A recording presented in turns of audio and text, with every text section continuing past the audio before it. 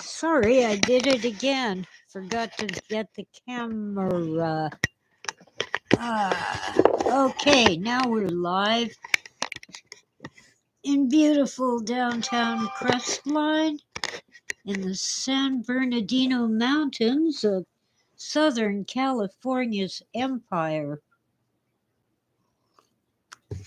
I thought it was a bad day when that Democrat senator from California, Alex Padilla. Hi, Jason. Good evening. Uh, um,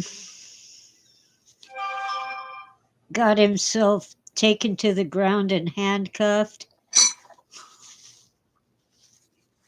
Kristi Noem, I forget which position she holds, but it's something to do with the FBI and national security. She was holding a press conference, and while she was giving her speech, which you do before asking for questions, she was speaking.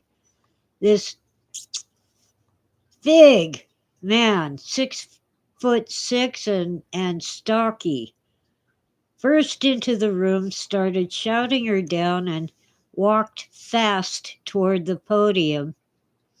Turned out to be Senator Alex Padilla, Democrat, California. Was not wearing his security pin. Nobody knew who he was. He is not exactly a media darling.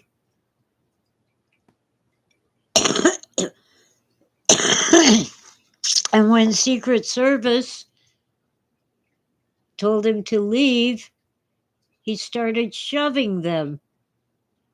Here's this 6'6" guy towering over the Secret Service agents. So it took 3 or 4 of them to get him out of the room. And then he finally said, "Well, I'm Senator Padilla." And even if they had heard him earlier, they had no reason to believe him because he was not wearing his security pin. So, of course, he's playing the victim. But the videos are all over the internet from 3 different angles. Yeah, there's footage all over.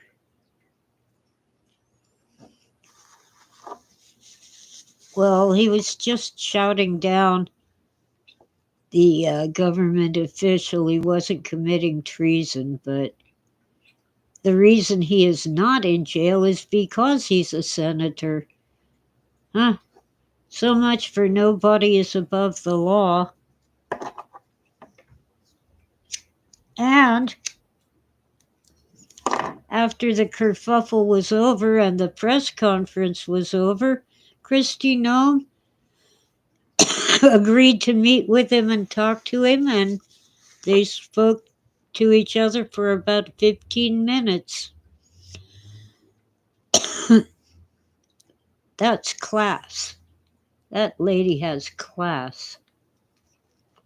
But that isn't why I decided to come on tonight. Well, it's partly because Freeman missed this morning's show. He thought it was at night.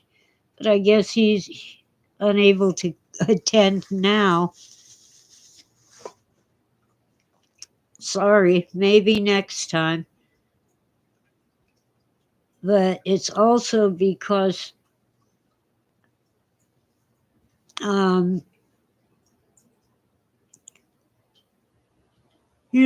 President Trump called the National Guard to Los Angeles to protect the federal building and the federal agents in the building. Some judge has issued a temporary restraining order saying that he has to give control of the National Guard back to Governor Newsom. Yes, I'm a Californian. Gruesome Newsom, who refused to call the National Guard when his when the Los Angeles police were overwhelmed and under attack by people throwing rocks and bottles of frozen water, ice, in other words, and they were glass bottles, and fireworks, and, you know, Molotov cocktails. So Trump could not send the guard to assist the police. That's not his lane. But he could send them to protect the ICE agents and other federal agents and the federal buildings. And that kind of slowed down the rioting mob enough for the police to get a handle on things. Oh, that's Sequentia. I'm glad there's nothing to see here. Move along, move along. Yeah. Well, of course, there will be an appeal and so forth. But as it is, the restraining order is stayed till midnight tomorrow. I wish they wouldn't do that. No, they said 12 p.m. There's no such thing as 12 a.m. or p.m. It's midnight and noon. But I think a.m. is used for midnight and p.m. is used for noon. So it's either noon tomorrow or midnight tomorrow. He has to give control of the National Guard to our wonderful governor, who will not call them to quell the riot, which is still going on, just not as much.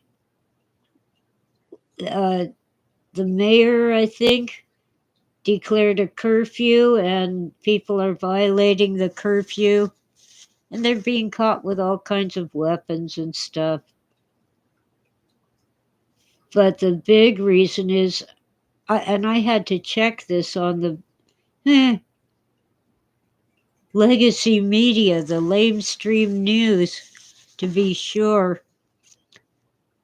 Israel has bombed Iran. They have hit nuclear sites and some military sites. It has begun. Now, both Israel and the United States say that the United States is not involved. And I hope we don't get involved. Let's see. I'm going to check Google.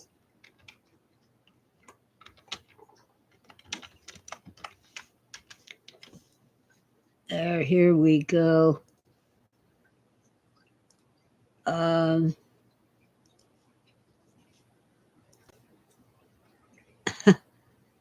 Whoops.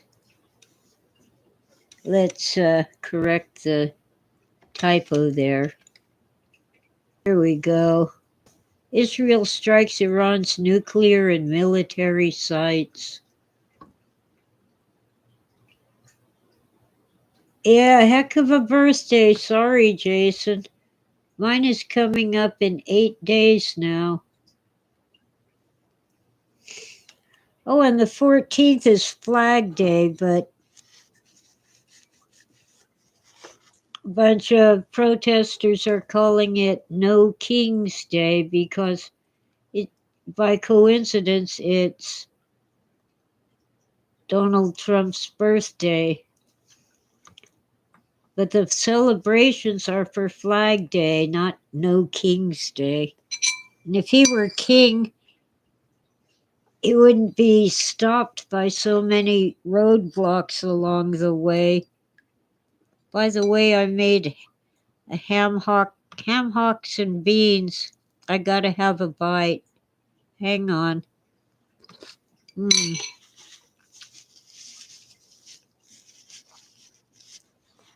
I used to hate ham hocks and beans, but it was really the way Mom made them. She'd put the beans in the ham hock in a pressure cooker and cook them, I don't know, I guess for an hour. She cooked everything in for an hour when it was in the pressure cooker. And it came out like refried beans that were overcooked and dry.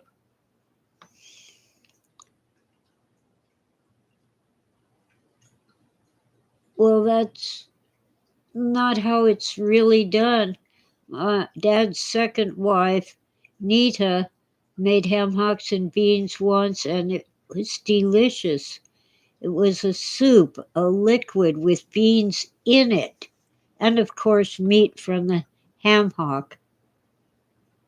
Totally different, very good food. So I tried to recreate it, but she used white beans, and all I had on hand was pinto beans, but it's still good. Very liquid, tasty broth, not that dry paste of mushed beans. And I actually cooked it for 2 hours because I used dried beans and I wanted to be sure they were soft, but it did not lose the liquid. It stayed a soup. Hi, Juanita. Juanita. I'm sorry it's so late, but well, for me, it's a little after 9 o'clock at night. For some of you, it's the middle of the night. Oh, well, happy birthday to your first daughter, Juanita. Cumpleaños. Is the 15th Father's Day? Let me check.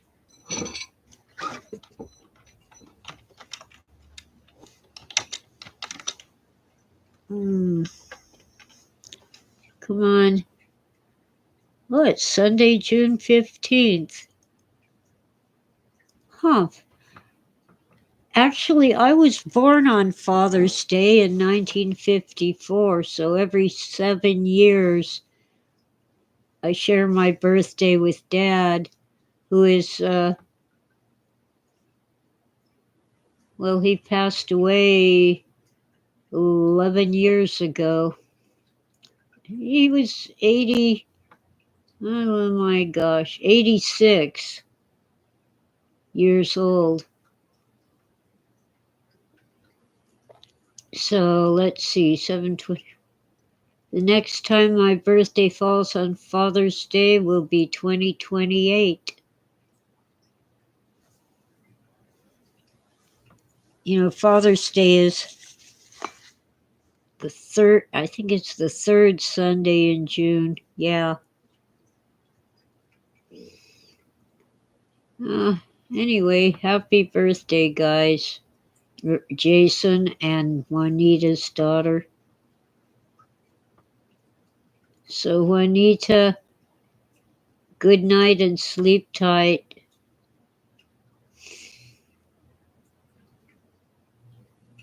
I hope this is not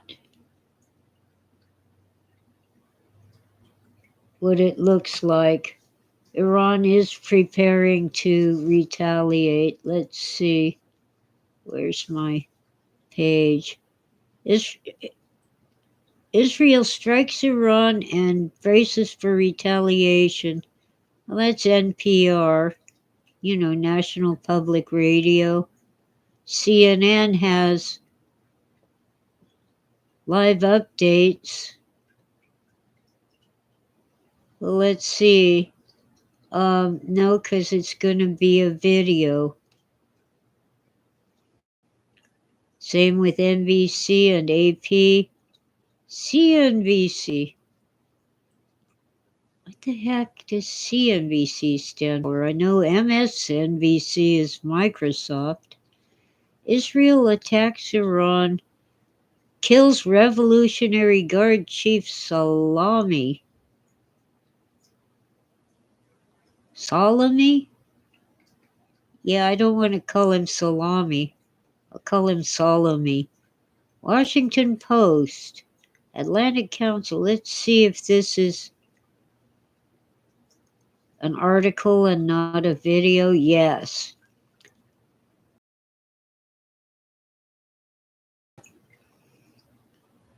Key point. Launched a series of airstrikes in Iran. Escalated the long simmering conflict into a full-on war. Targeted sites. Yeah, Iran has been enriching uranium way beyond what you need for nuclear power, more like what you need for a nuclear weapon.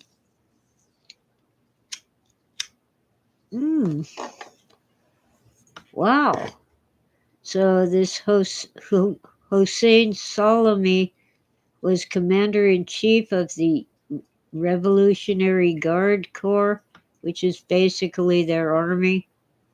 And oil prices went up more than 10% as traders anticipated tighter supply.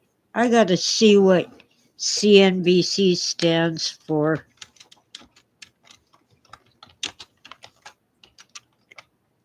Consumer News and Business Channel. It's owned by the NBC, which is the National Broadcasting Corporation.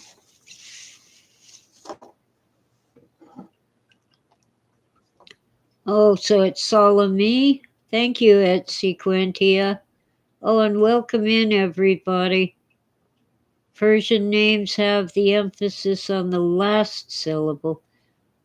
Okay, Salami.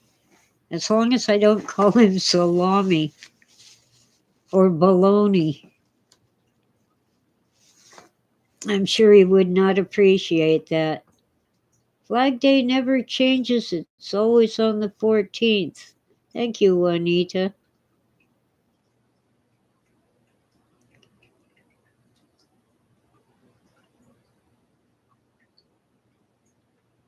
All right.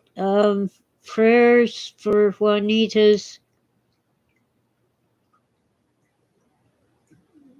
friend and family, best friend and family.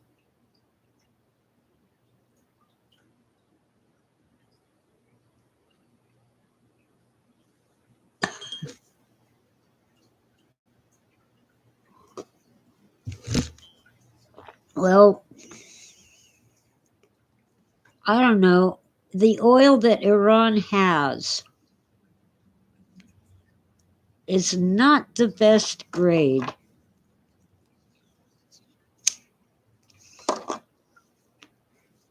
It's difficult to refine into useful products, but it isn't as bad as the oil in Iraq, which is basically sludge and tar.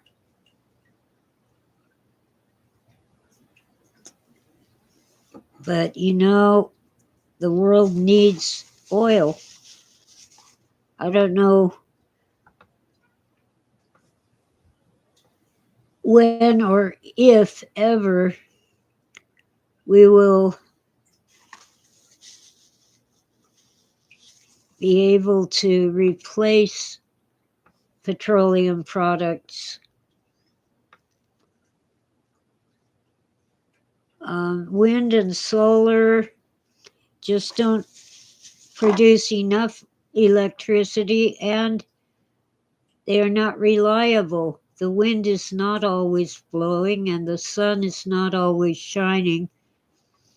And storage batteries are incredibly expensive, and really they're full of dangerous metals and other chemicals. Well, I guess metals aren't chemicals. Metals and chemicals. they're a fire hazard, and you can't really dispose of them safely. They would pollute the environment when they're no longer useful. I wonder what they do with the batteries when they're done, when their useful life is over. At the very least, we need natural gas, which is a very clean fuel. Oh, and electric cars, not everybody can afford one. And at least in California, the state keeps asking us not to charge our electric cars because the grid will go down from all that demand.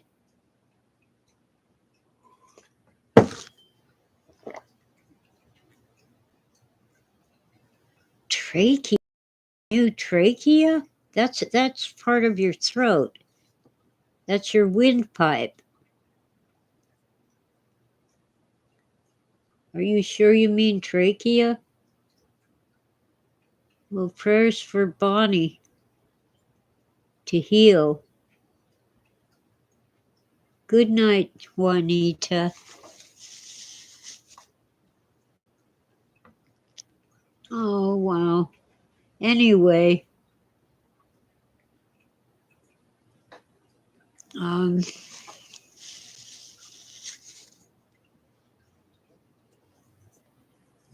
geez. I'm tempted to start reading the book of Revelation. By the way, there's no S on that. It's one revelation about God. And yes, end time.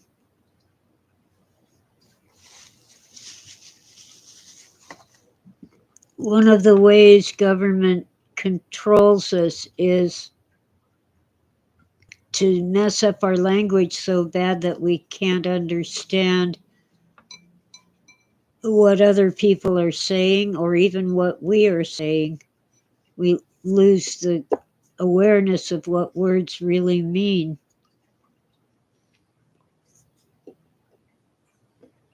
I can't think of a good example at the moment.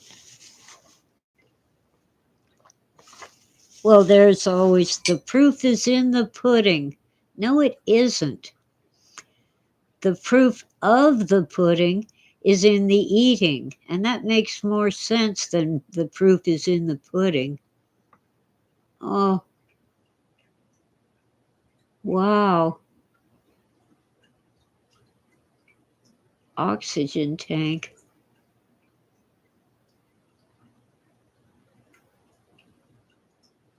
Oh man, that sucks. I know a local lady who depends on an oxygen tank. And one day her portable rechargeable oxygen tank ran out when she was at my house. And all I could do was let her use my inhaler, my emergency inhaler, because I have asthma. I couldn't give her oxygen. I don't use it. But that got her well enough to go home where her other oxygen tank was not empty.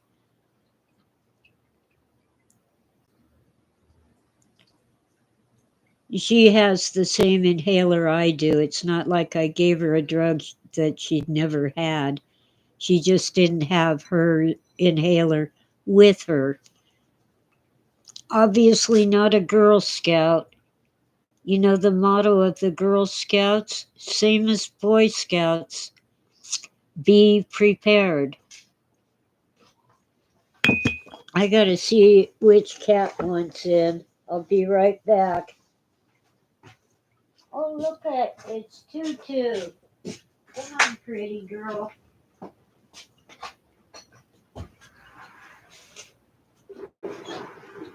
That's a good kitty cat.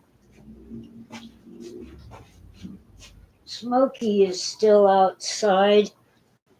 I don't know if I'll even be awake when she wants back in. There was a recall on her CPAP. Yeah, my brother was on a CPAP for a long time. He snored at night and actually stopped breathing from time to time. But they switched him to something called an APAP, which apparently is much more comfortable, or at least less uncomfortable.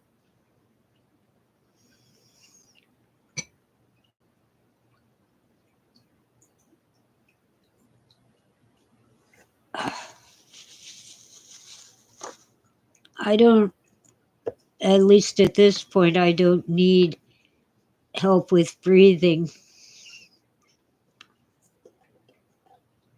I do snore once in a while, but it's rare. And it's usually if I fall asleep in the afternoon, sitting, not lying down. And I don't really lie flat anymore. The doctor told me to sleep elevated, so I sleep in the recliner chair. So I'm elevated.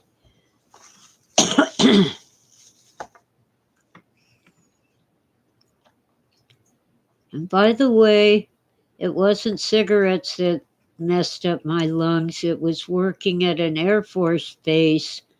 I was right next to the runway, and the military are not subject to the same rules as commercial aircraft. They don't have to reduce the emissions from their jet engines. I was afraid to smoke there because it smelled like kerosene everywhere I went. I was teaching English, by the way. I was not doing anything and boy, do I have respect for those people, my students. Mostly Air Force, but also Marines and so forth. I swear they were so smart and so dedicated and hardworking.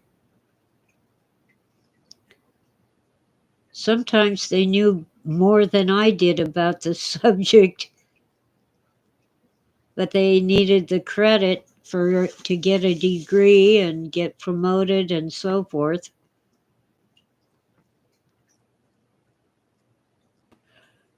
Oh, wow, I'm tired. I few days ago got heat stroke from being out in the sun pulling weeds, raking up the weeds, bagging the weeds. And I didn't realize that I wasn't drinking enough water and it was very hot. So I'm still recovering from the heat stroke, but I'm much better now. I just hope this Iran and Israel thing does not drag us into any conflict. Apparently, Trump is against that, but you know there are warmongers in Congress, mostly Republicans, sad to say.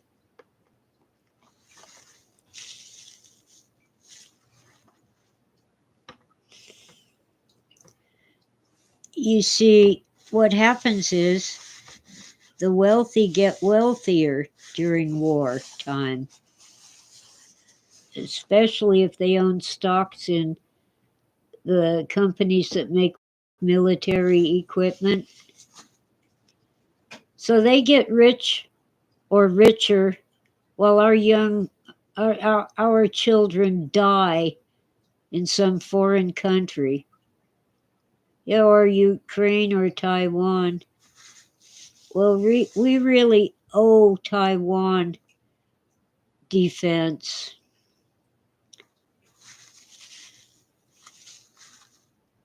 There's a long history of why. And by the way, they never were a part of China. They were a Japanese colony. And most of the people are either Japanese or native islanders.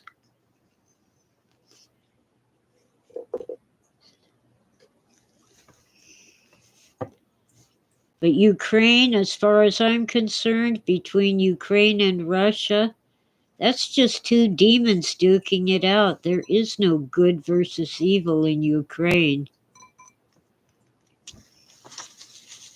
And even though I have no great love for the imams who rule Iran, there's plenty of corruption in the government of Israel.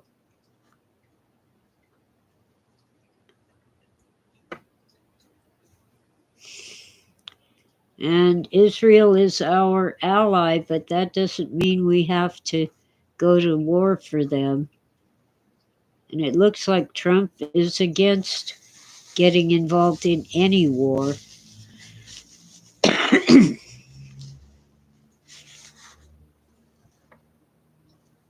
least that's what he says publicly, and he didn't get us into a war last time. He was getting us out of Afghanistan.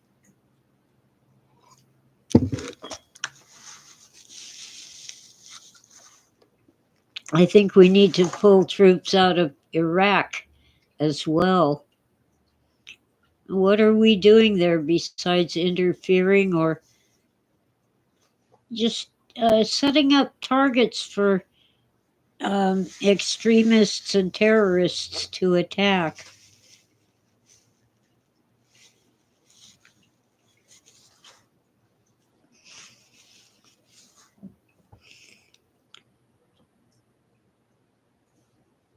We owe a great debt, at least to the Jewish people, because of what happened during World War II.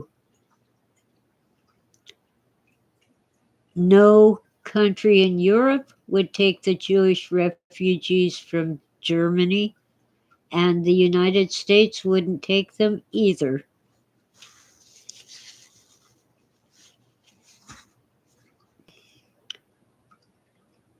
And we need to atone for that. After the war was over, we were all over accepting Russian Jews who fled the Soviet Union.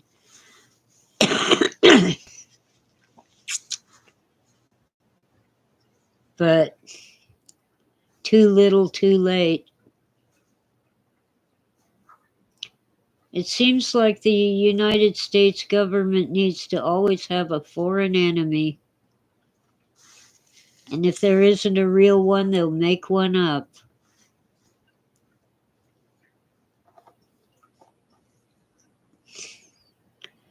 But I wasn't all that scared about our future until I saw that Israel has bombed Iran. And by the way, it's Persia.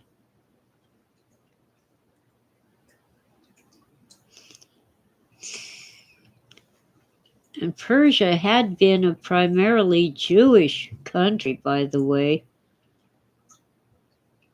before it became Islamic. And there are still plenty of Jews in Iran. Many have left, many have just kind of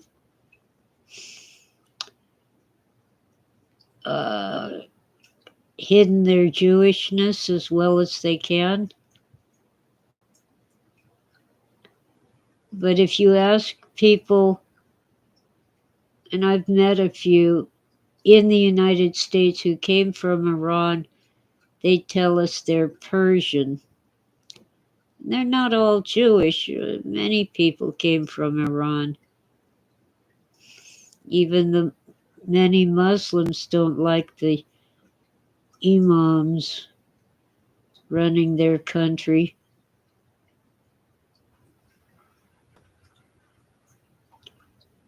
Wow.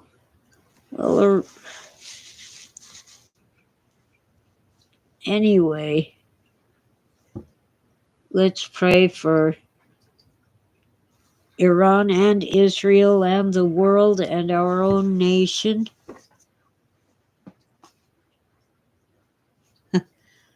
Somebody was turning around in my driveway. That happens quite frequently. But I always have to look and see if they're stopping here. Could be a friend of mine. Oh, cat hair.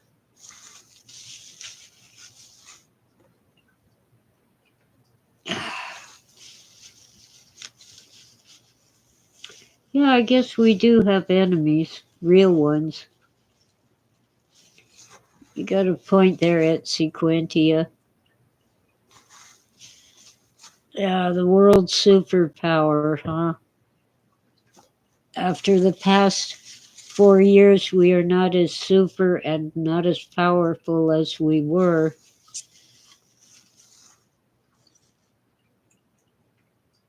Oh, Juanita is Indian and Italian. And here I've been using Spanish because your name's Juanita.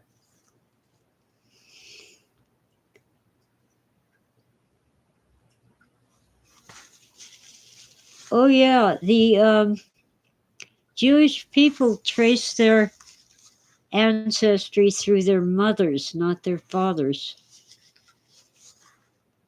It wasn't that way in biblical times.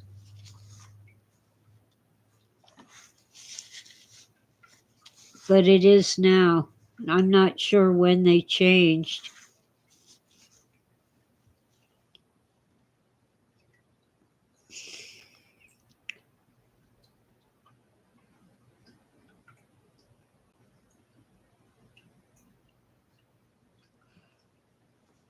Oh, gosh. Yeah. I try to. Oh, your name is Spanish and Indian. I'm thinking India like the country India, not the Native American.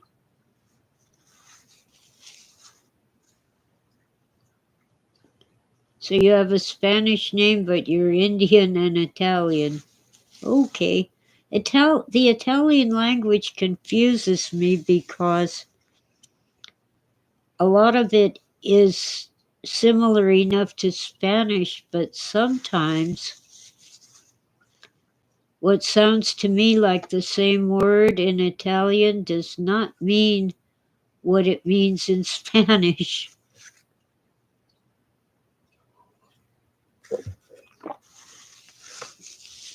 I tried to learn Russian years ago. I had the tapes and the books and so forth. But it's kind of like French. I couldn't really learn French beyond please and thank you, stuff like that. And it's the same with Russian, only worse. It isn't their alphabet that bothers me, it's just not clicking in my head the way Spanish did, the way German did. And British English. In England, their language is English, but it isn't American English. Oh, yeah, Russian is actually a lot like French. There's some similarities.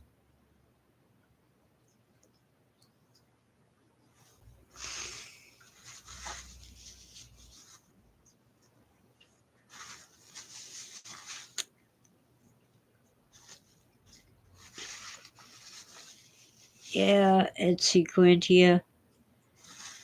Russian is quite a complex language. And when St. Cyril gave them the Cyrillic alphabet, it was based on the Greek alphabet. I know the Greek alphabet pretty well, but it isn't the same. It's just enough like the Greek alphabet to be totally confusing to me.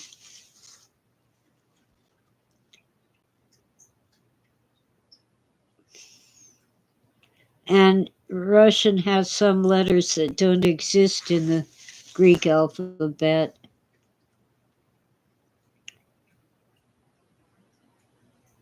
Oh, yeah.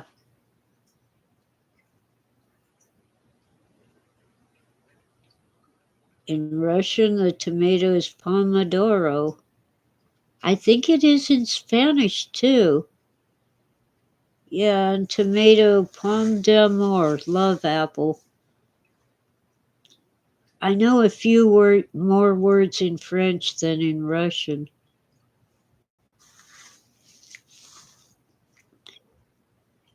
Although in French recipes, I am kind of into cooking. They just call tomatoes pomme, but oh no, I'm sorry. They call potatoes pomme, and that, but they're really pomme de terre, earth apples. Pomme is apple. So I ordered pomme frite at a little kind of a fast food restaurant, not part of a chain, just a mom and pop shop, and it was French fries, fried potatoes, chips in England. I was expecting fried apples.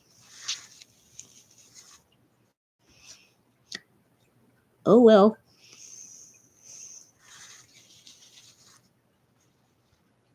Live and learn. I like French fries anyway. But I gotta check something. Okay, I have 3 participants in chat, but YouTube says I have 2 people listening or watching. Ah, didn't know that at Sequentia. Earth apple is the name for potatoes in Hebrew as well. Well, you know, they say that the fruit that Eve ate in the Garden of Eden was an apple, but I think it was a pomegranate, which is the way the English totally mispronounce pomme de Granada, the apple of Granada. Pomegranate, or if you get the juice, it's grenadine. That's what they put in a Shirley Temple. If you avoiding alcohol, you order a Shirley Temple, which is 7-Up or Sprite with a little grenadine. Or you can order a Roy Rogers, which is Coca-Cola or Pepsi with a little grenadine.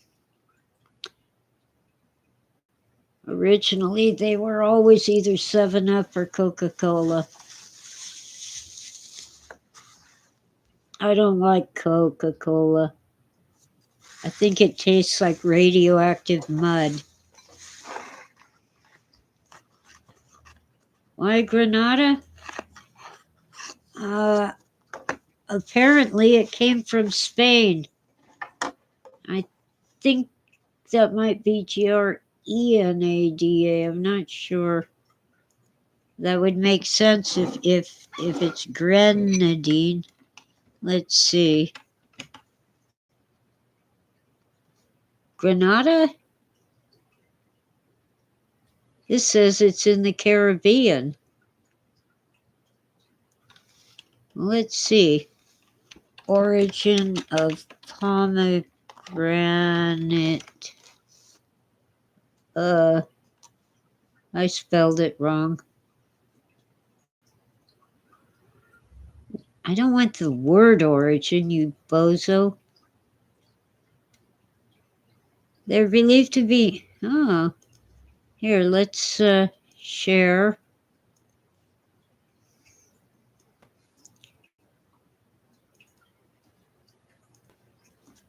Pomegranates are believed to be native to a region spanning from Iran to northern India.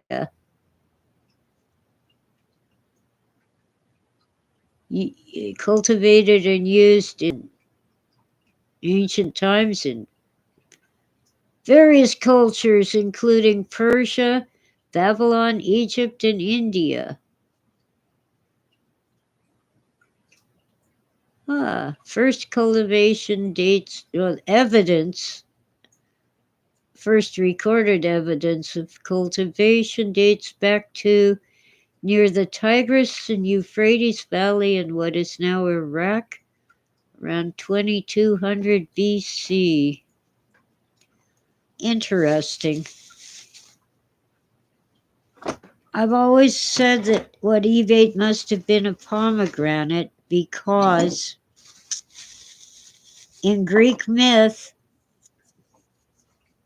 Persephone, the daughter of Demeter, in Latin that'd be Ceres, but in Greek she's Demeter, the earth mother.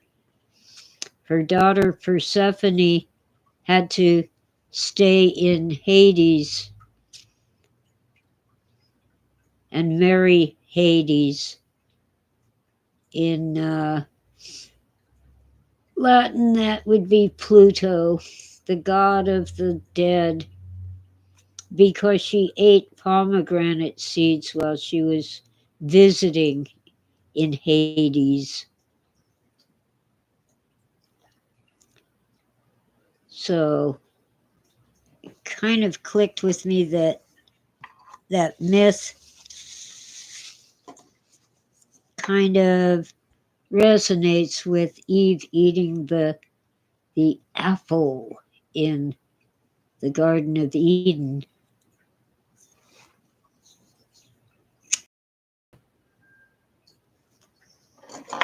I love pomegranate, but it's really complicated to get the fruit out and eat it. And my favorite method is to chew the seeds, chew the fruit off, swallow the good part, and then spit out the seeds. You wouldn't want to watch it, but it's the best way to eat them. Okay. That's enough pomegranate.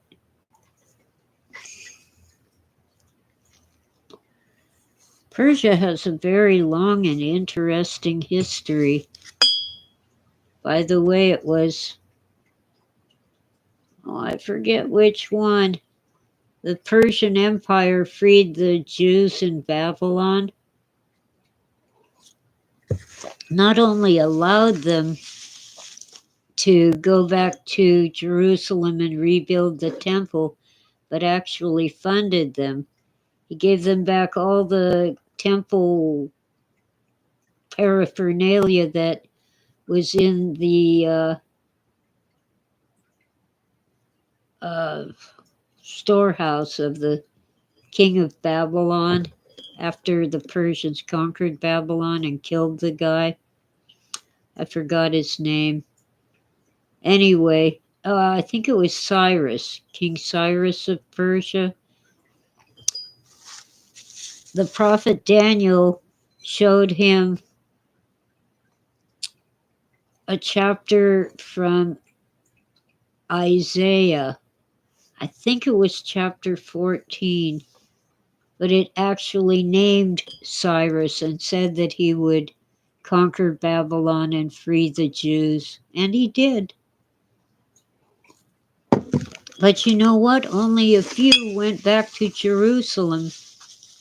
It had been something like 200 years, and most of the Jews in Babylon were very happy to live there. Babylon had luxuries that the strip of desert known as Israel did not have. They had silks and spices and all kinds of fruits and really comfortable lifestyle. So I imagine, even though this was like BC 500 or thereabouts, I imagine that many people in Iraq as well as Persia really do have Jewish ancestry. They're everywhere. I mean, the diaspora, the scattering, which has been happening for at least 2,500 years, has really mixed up Jews, Christians, Muslims, pagans, Hindus, and so forth, and Chinese, Taoists, and Confucianism, and so forth. There's no pure race. There's no such thing and no need for one. The Nazis were insane.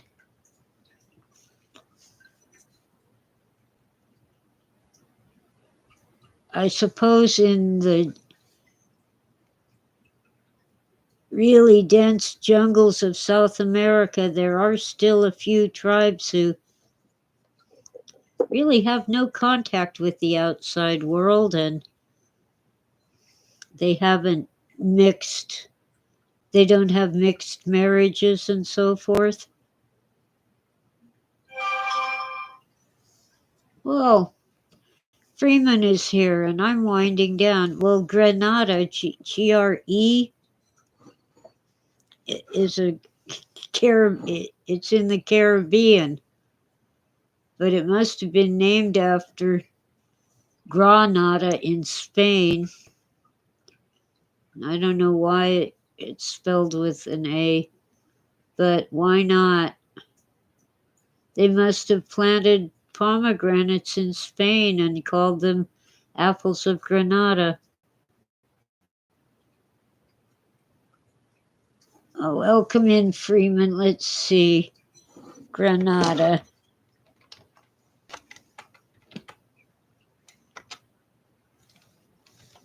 Spain.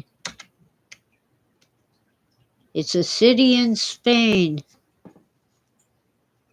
And it's in the Andalusia region.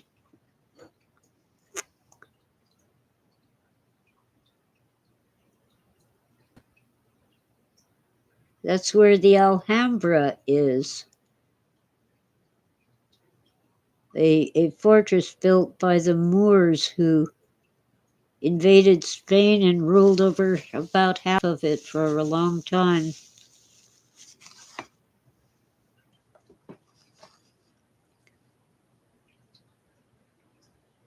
Ah, let's see.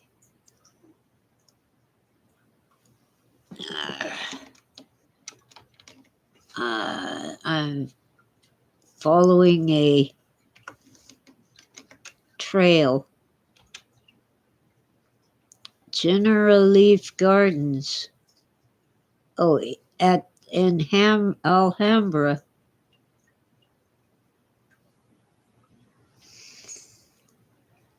Let's see.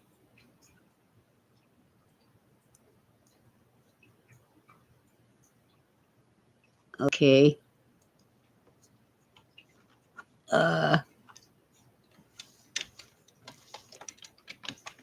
I'm following a something trail.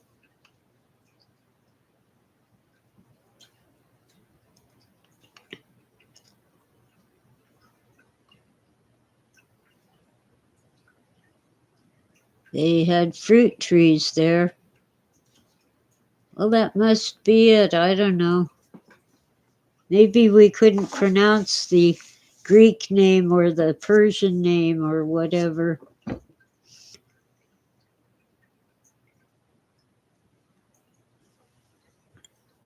Oh dear.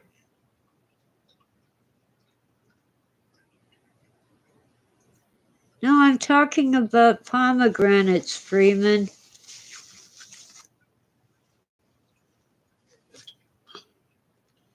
The French name is Pomme de Granada, apple of Granada. Or maybe, no, that can't be the, oh, it could be the Spanish name. Who knows? Let's see. Was my friend.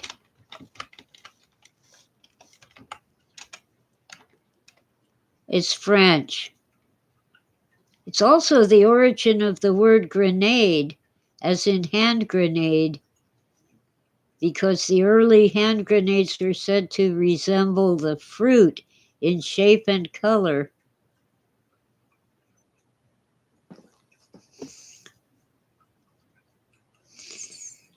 Sometimes mistakenly associated with the Spanish city of Granada, but it's more closely linked to the French term for pomegranate.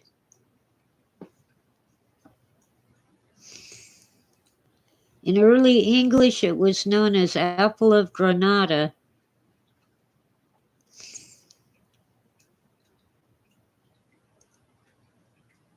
And the pomegranate is the national fruit of Granada now.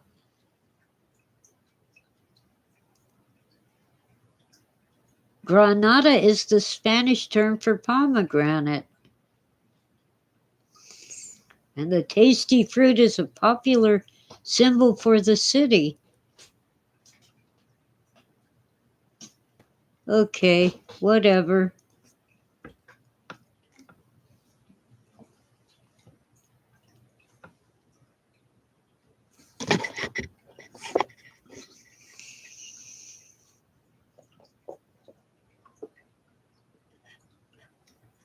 Uh,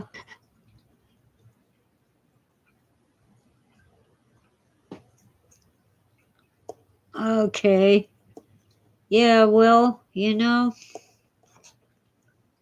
got two demons duking it out between Ukraine and Russia.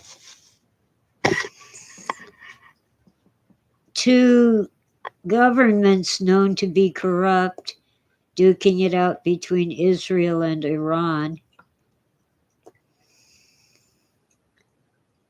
I'm not sure that Taiwan is such good government. I don't know that much about it, but I do know that we owe them.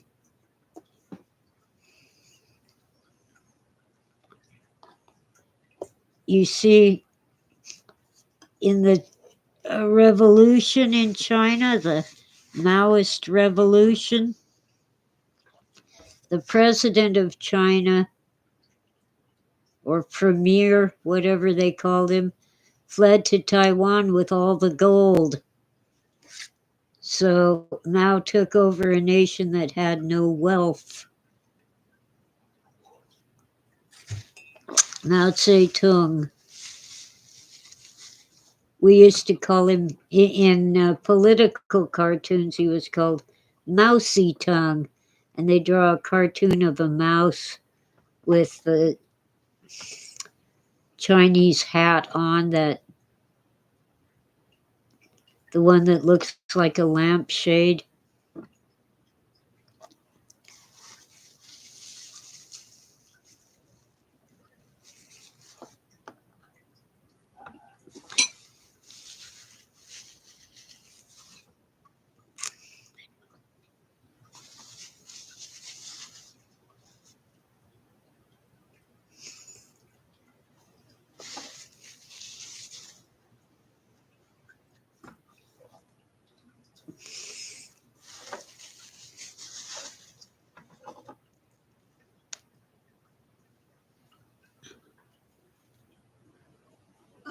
Wow.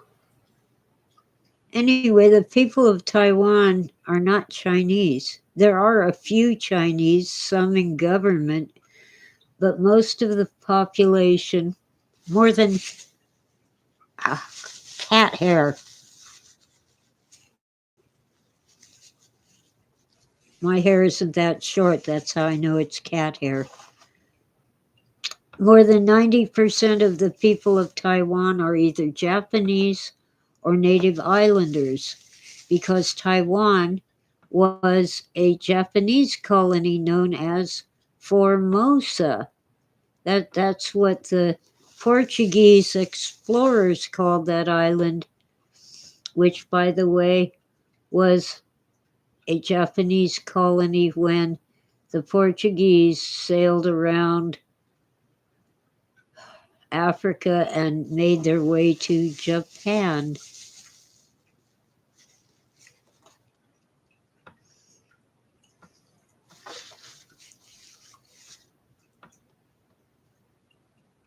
Oh, I keep forgetting the title of that movie. Now you reminded me, Freeman. Murder by Death, Peter Sellers. Oh, Dr. Fu Manchu.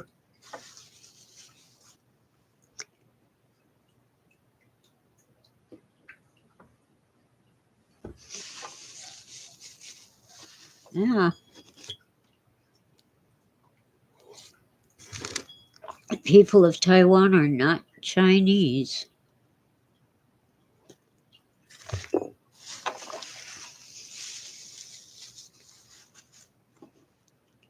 There are a few Chinese who fled, or, well, now they're the grandchildren of people who fled when the Maoist revolution took over mainland China.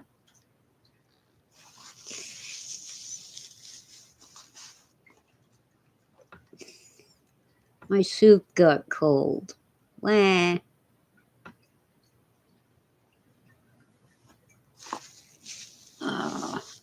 So anyway, we've got some demented, of course, Democrat, of course, California senator making a spectacle of himself, playing the victim, only it's on video all over the internet what really happened. Kristi Noem was giving her talk at a press conference. She had not yet called for questions when Alex Padilla, senator from California, Democrat, burst into the room and started shouting her down. He was not wearing his security pin, which he's supposed to wear so Secret Service will know, he's not, well, he is some lunatic, but he's not someone who shouldn't be there. And he's shouting her down while she's giving her speech and walking fast toward the podium. So Secret Service, gets in front of him and tells him he needs to leave. They don't know who he is. He doesn't have his security pin. So even if they heard him say, "I'm Senator Padilla," they had no reason to believe him. And then he starts shoving them because he's trying to get closer to Kristi Noem. And this guy's like 6'6" and stocky. And he's towering over the Secret Service agents, so it took 3 or 4 of them to get him out of the room. And he was still fighting them. So they took him down to the floor and started handcuffing him before he finally identified himself, and they, I guess at that point, believed him that he's Senator Padilla, so they removed the handcuffs and let him stand up, but he had to leave. He couldn't go back into the press conference and disrupt it again. And here he is in the news saying, I was just asking a question. I got arrested and detained for asking a question. And then he says, oh, I wasn't arrested or detained, but I was taken down to the floor and handcuffed.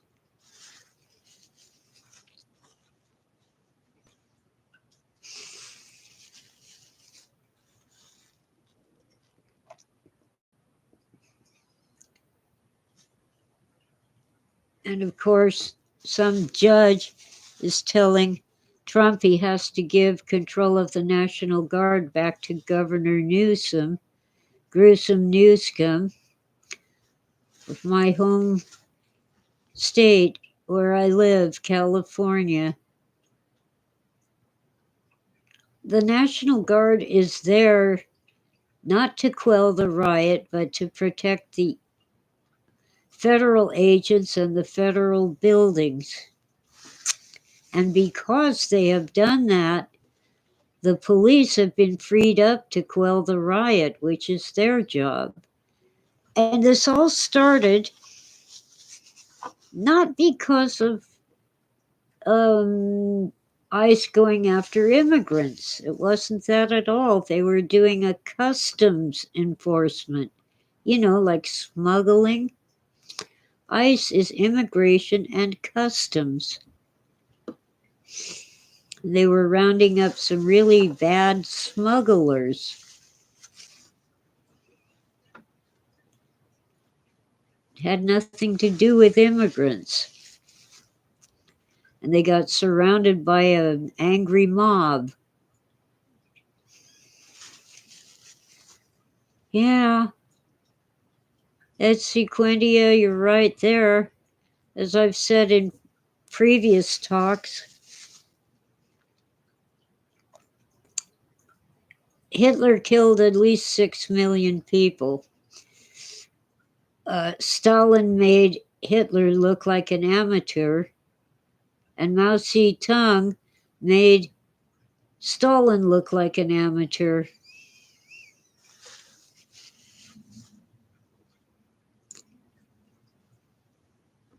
Yeah, well, I know the judge is wrong, and Newsom is corrupt.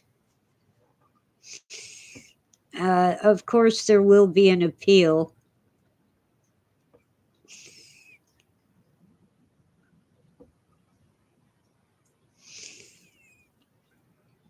Oh, rock and roll is good music. Well, some of it is. Dark Side of the Moon, Stairway to Heaven.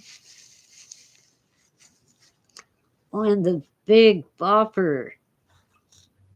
Chantilly lace and a pretty face. Ponytail hanging down.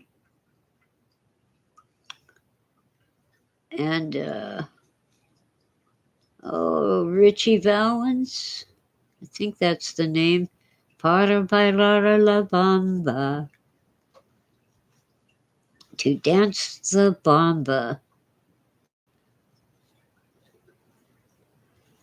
And the Big Bopper is on the telephone. And then, who was the third guy? They were on that airplane that crashed.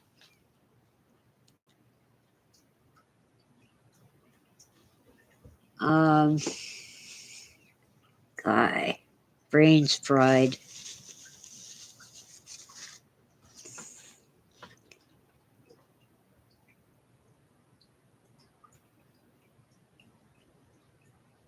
Oh well, it's late at night and I can't remember.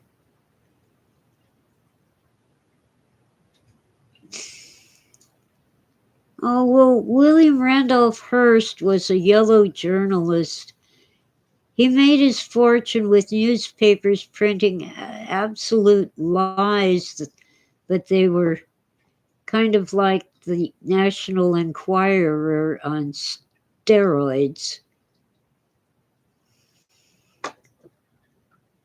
and people ate it up. They bought his newspapers to read the latest phony made up scandal.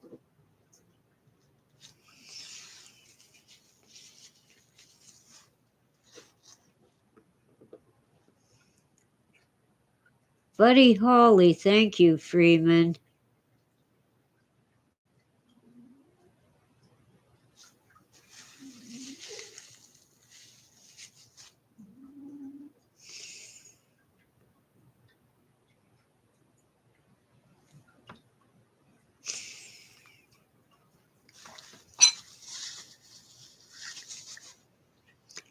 Richie Valens, Buddy Holly, and the Big Bopper.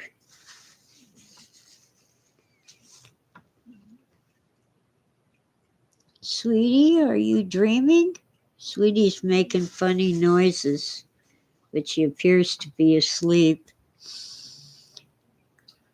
Lately, she's actually let me touch her paws while I'm giving her treats, and she doesn't freak out and run away.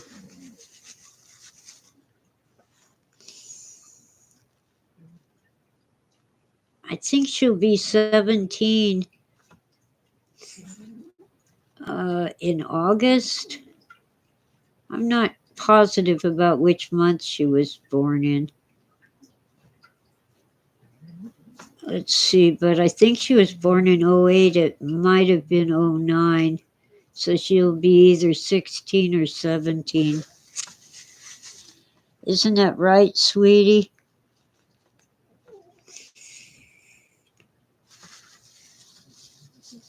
Not bad for a formerly feral cat who isn't exactly domesticated. Oh, yeah. I'm not sure if it's Jesus Christ Superstar at Sequentia, but there's a song called Day by Day that I really like.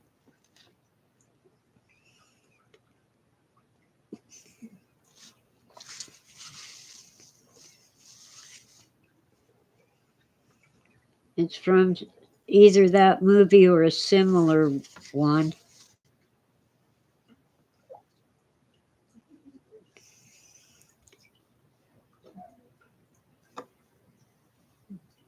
So, oh dear Lord, three things I pray.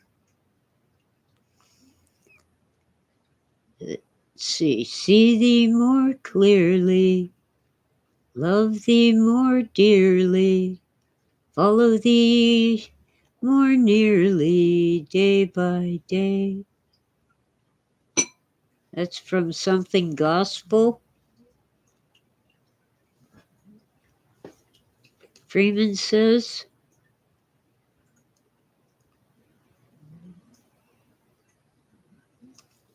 Okay. Oh, Godspell. You're right. It's Godspell. Okay. Thank you.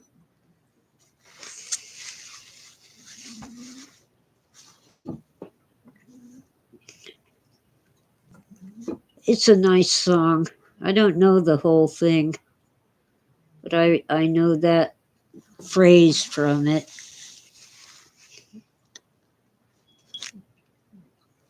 Been on for an hour and 15, and it is now 10:15 at night.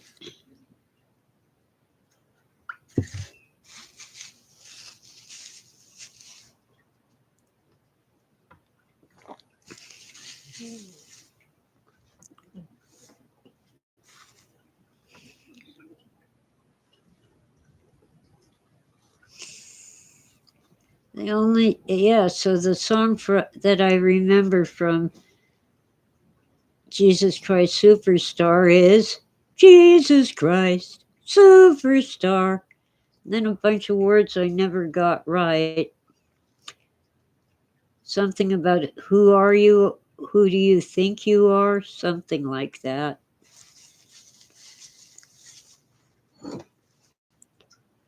Oh, Lord. What a day. I'll tell you, heat stroke is no fun. And I am recovering, but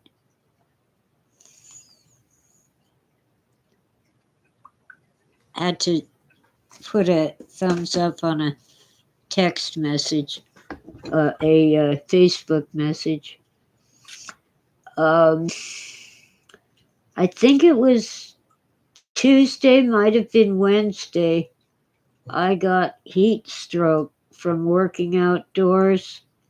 I didn't drink enough water and it was very hot, but I was determined to get rid of more weeds, rake them up and bag them up. And I got heat stroke. I'm recovering, but I can still feel the weakness in my knees, and I'm not lightheaded, but it's something like lightness in my whole body. I think it's really just muscle weakness all over. So I've been sipping water and electrolytes. And I made this here soup. I boiled a ham hock and some pinto beans, dried pinto beans. It did need a little salt, but otherwise it didn't really need any seasoning because a smoked ham hock has really tons of good flavor. I didn't even need like chicken stock, I just used water. Let's see. Well, I guess I better stay on a little longer, but I gotta pee. So I'll be back. Don't go away. Uh,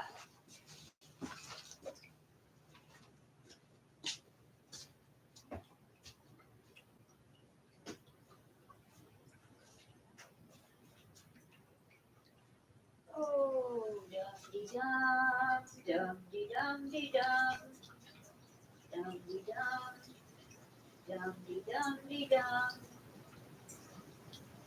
dum de dum, dum. Freedom.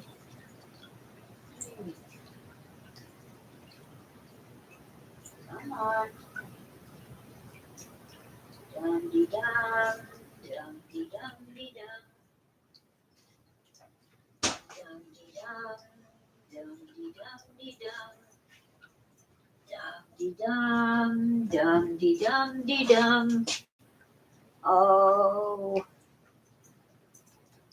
oh, give me a kitty who's big, bad, fat, and pretty. But I seem to have 6 cats now. Grandpa wants to move in, but he's a weirdo. He comes in to nap all day and then he goes out at night.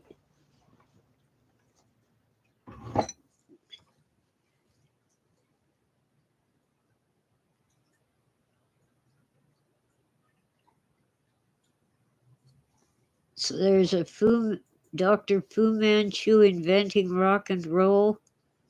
Okay. I'm not going yet. I just, you know, if you drink enough water and coffee, stuff happens.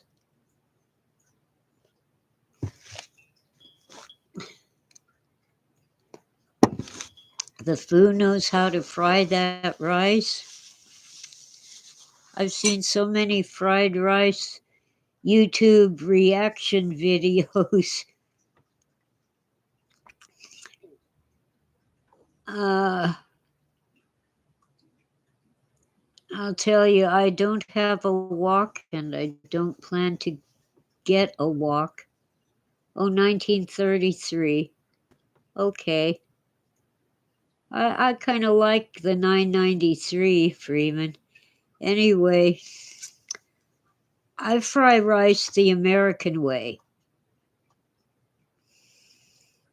I don't want to click the link right now. I'm getting so tired, so sleepy.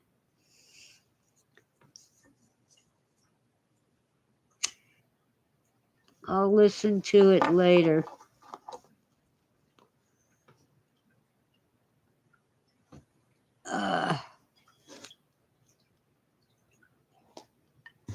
Besides, if I play it on my live stream, I might get copyrighted.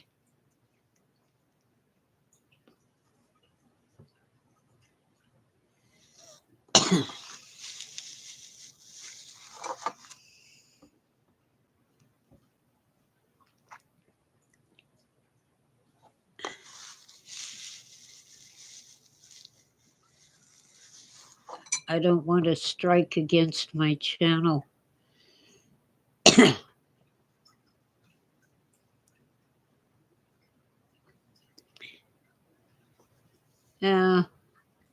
Apparently that was part of the problem I was having with losing the connection during live streams, was that I had a strike on my channel. It was a warning, and they deleted my video for discussing my personal experience during the pandemic. It seems to be gone.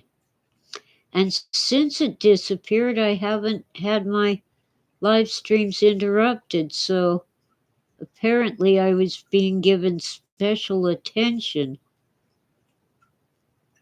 because of that strike on my channel.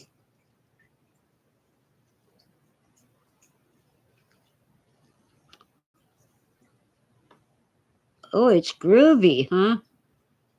Are you feeling groovy?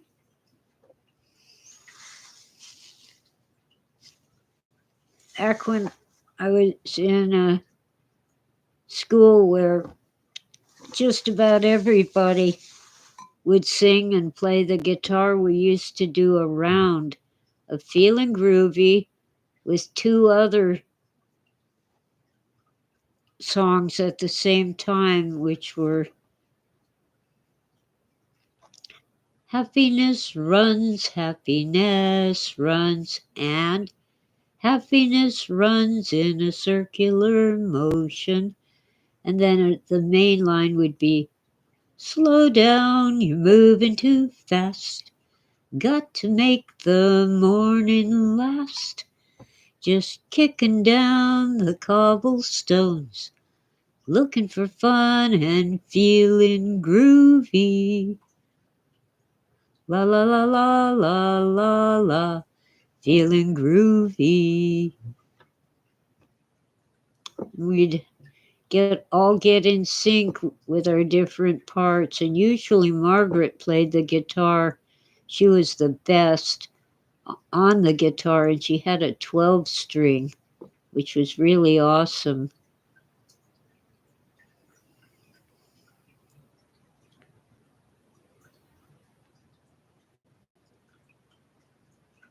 Oh, you got cooties, huh? I was the kid who had cooties in grammar school up through the 3rd grade. I didn't know, probably none of us knew, cooties were lice, head lice. But out on the playground, the kids would pick, they'd choose one child to say, oh, you got cooties, run away from her or from him. She has cooties. I don't think it was a Paul Simon song at Sequentia. Let me see. Feeling Groovy Artist. Original artist. Simon and Garfunkel. Wait a minute. Original artist.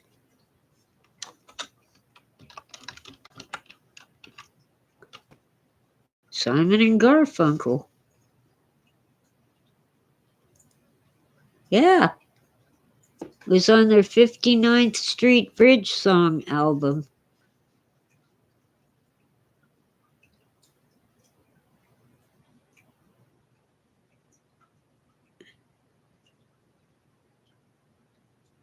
It was written by Paul Simon.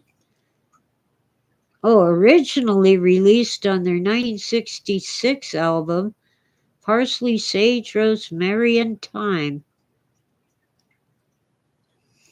And Feeling Groovy is the 59th Street Bridge song.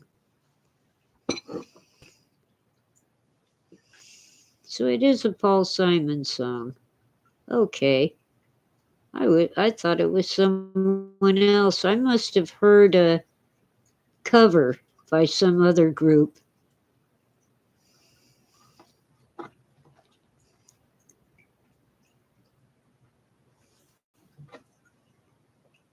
Well, Freeman, many people who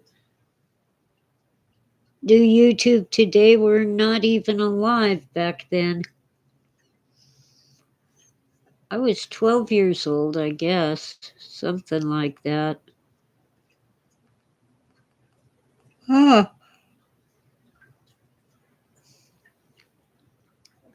Oh, Tutti Frutti by Little Richard. I met a man who toured with Little Richard. He was a roadie. You know, he'd carry things and pack things and unpack things, stuff like that. He wasn't musical at all. Oh, no, I'm sorry. Brains fried. He was with Lionel Hampton.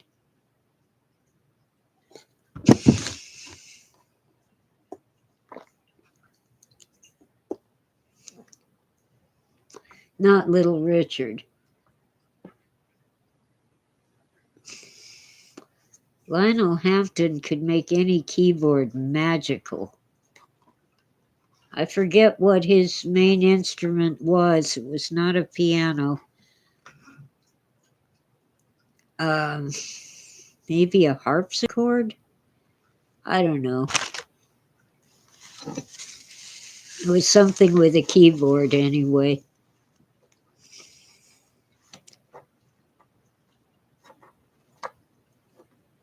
Man. I guess the 59th Street Bridge must be in New York. Can't swear to it, though.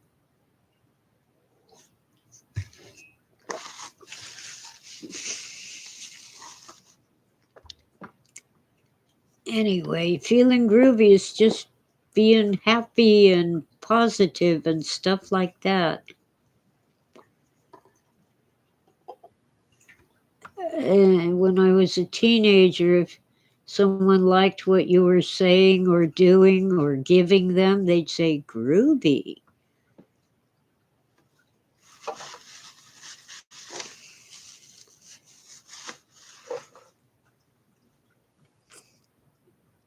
You know, you got to get in the groove. In other words, you're,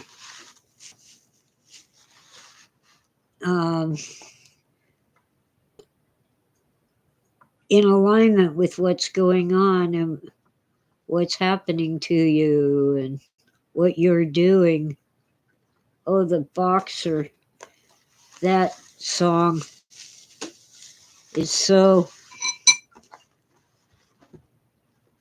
deep, emotional, iconic. In the clearing stands a boxer and a fighter by his name.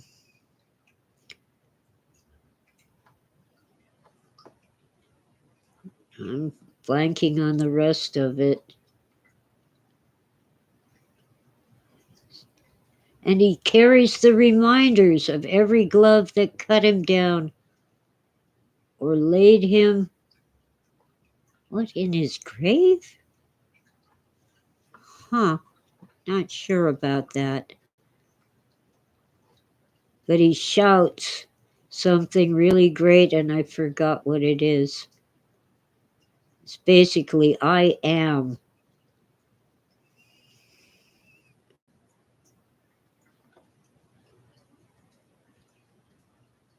Oh, Freeman has been there. Or laid him in his shame. Or to his shame. That's not grave. And he shouts, I am something, I forget. But the fighter still remains, is how it ends. I am leaving.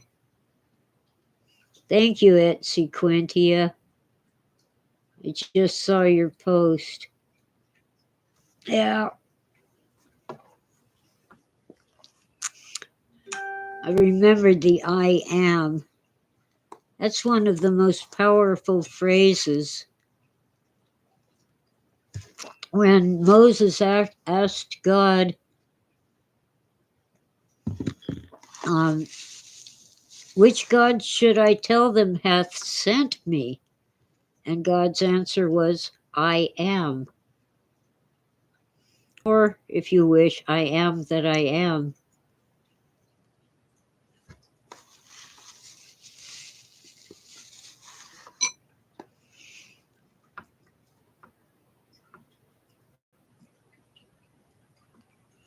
Oh, gosh. 10:32 p.m. I'm not used to being up after 10.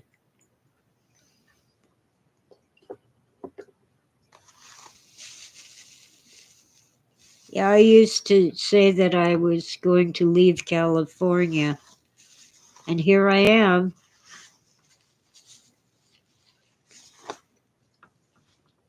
At least I left the more civilized life, not really a city, a suburb. Oh, I was within short distance of Disneyland.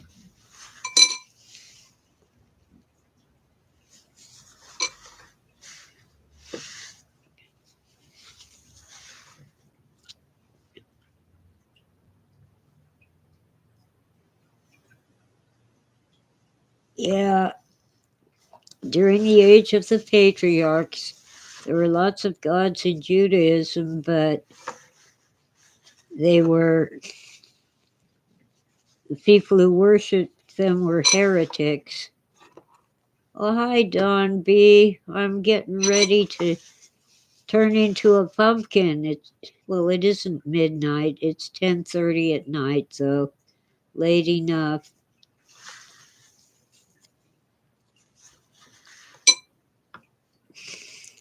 Let's pray that all these wars end,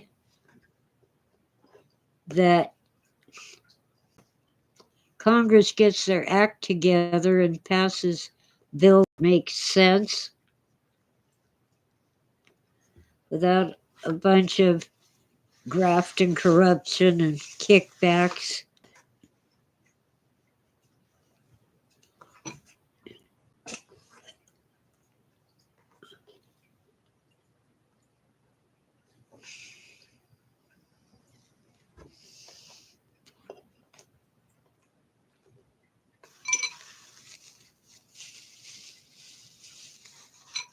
Uh,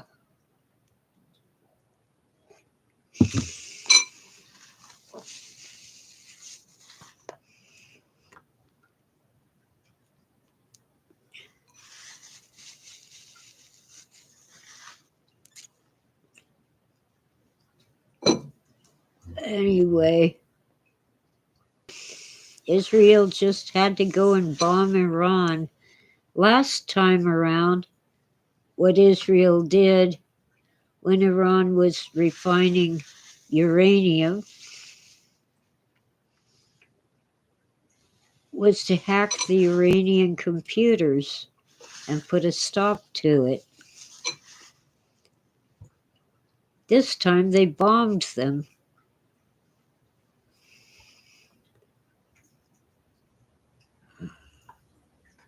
Oh.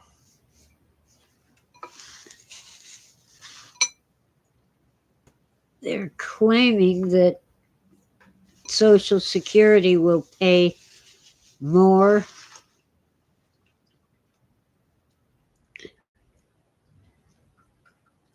They'll increase the benefits. I want to know how much of our national debt is actually owed to Social Security, since they invest all of our money into government bonds. That's the government debt. They say Social Security is bankrupt. Well, no wonder. Government bonds are a terrible investment.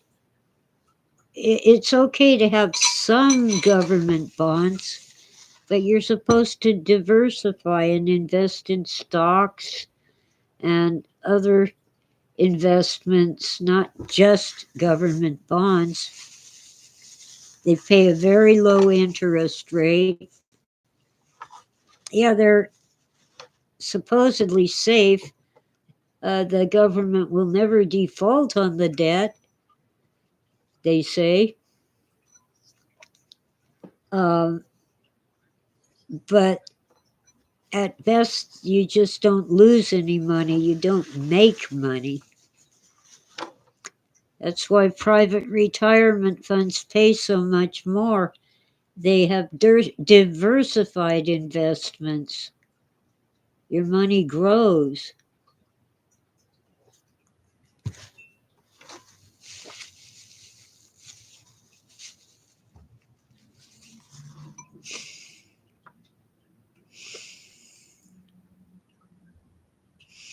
World peace, yeah, that'd be a good thing. Of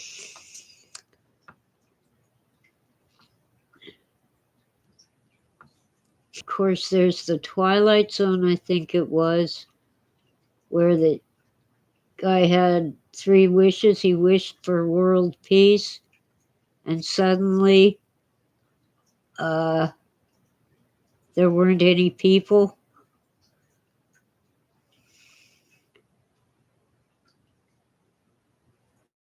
So, of course, there weren't any wars. Oh, have I been growing any veggies? I have some potatoes growing and quite a few onions, but the really great thing is the blackberry vines. They're making flowers, and soon those flowers will become blackberries. And mine are wild blackberries. They are much more flavorful. They're a little tangy and tastier than the store-bought ones. They're smaller, but that's okay. There's more of them because they're free. Well, there's the cost of water.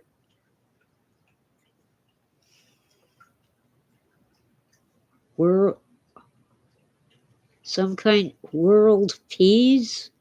Oh, yeah, that's a little more realistic. Green peas rather than world peas.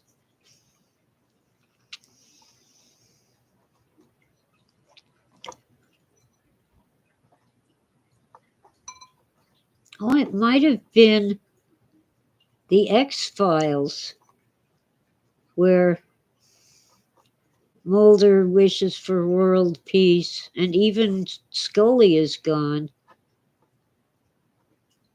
So, if I remember correctly, his last wish was, I wish I had never found the magic lamp. And everything he wished for was undone.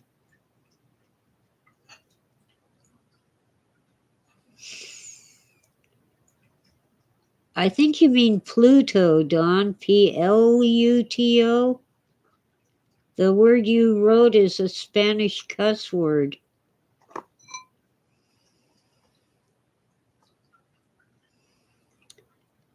It's something like a male prostitute.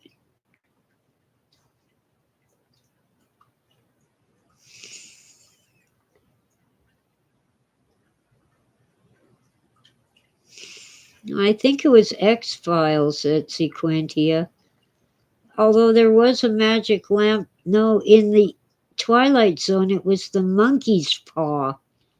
They were making wishes and everything went wrong. So their third wish was to undo all the first two wishes.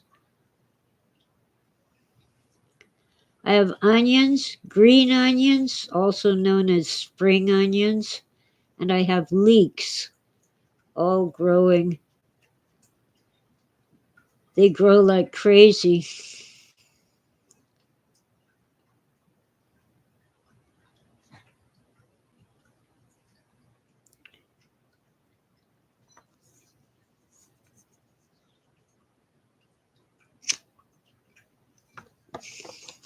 Oh, to freeze a genie from servitude, eh? Okay.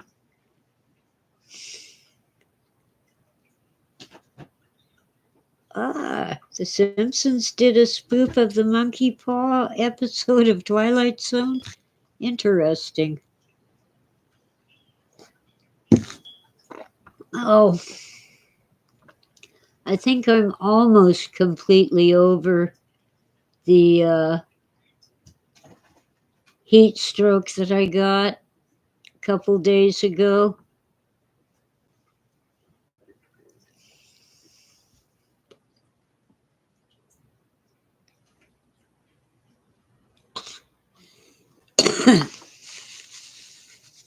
I'll have to be more careful and make sure I'm hydrated and take lots of breaks when it's a hot day instead of getting serious about weed abatement.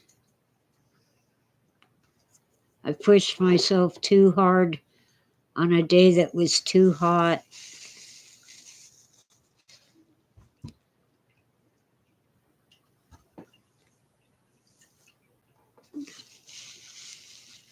Yeah, there's all kinds of stuff on YouTube. Twilight Zone, what else at Sequentia? Oh, The Outer Limits, One Step Beyond, and probably more. One Step Beyond was the one that frightened me when I was a little kid because it was supposed to be true.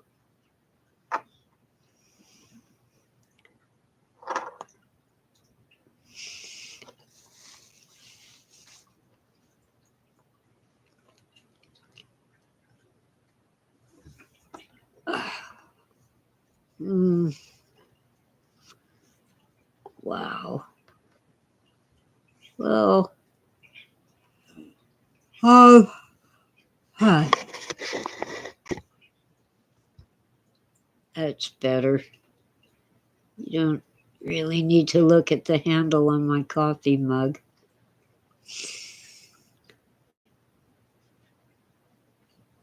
I don't remember a show called Dark Room, Freeman.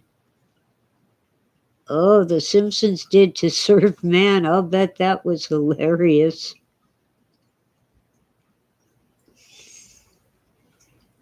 Yeah. The Twilight Zone had some really great episodes. And Rod Serling wrote most of them himself.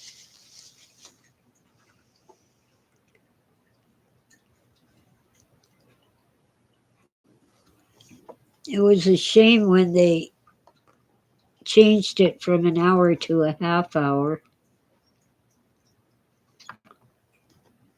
Oh, To Serve Man with caramelized onions and pineapple rings, huh?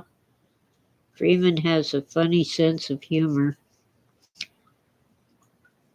I wouldn't have onions and pineapples in the same dish. Just doesn't seem right. Well, except in a Hawaiian style sweet and sour sauce. I don't know what happened to your post, Freeman. I don't see anything that's been deleted.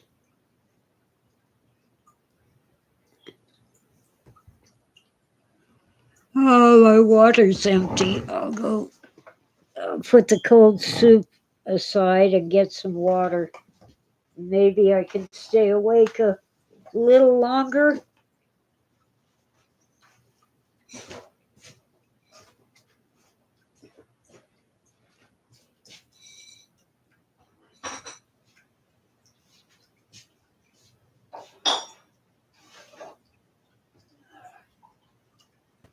Dum-de-dum, dum-de-dum-de-dum, dum-de-dum, dum-de-dum-de-dum. Oy vey.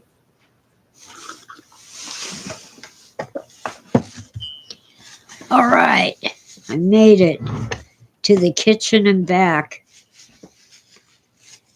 Oh, Shahspot, huh?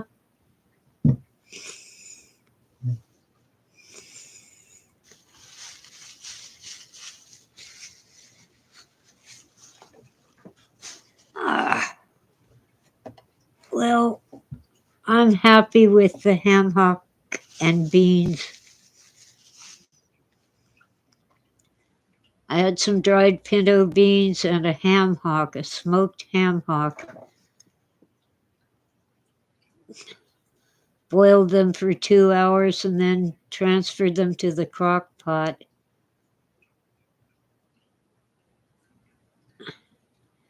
Mom used to make this awful, it was like overcooked, dried, refried beans with little bits of meat from the ham hock. Dad's second wife, Nita, showed me how it's really made. It's a soup with a lot of broth and just a few beans, not this sloppy, gooey, dried out mess.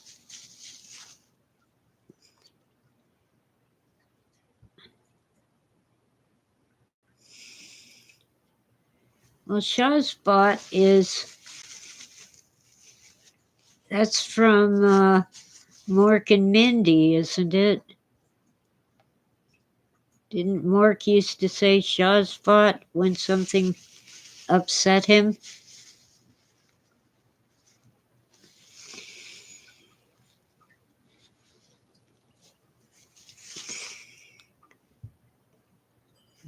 If not Mork and Mindy, it was some other show with an alien.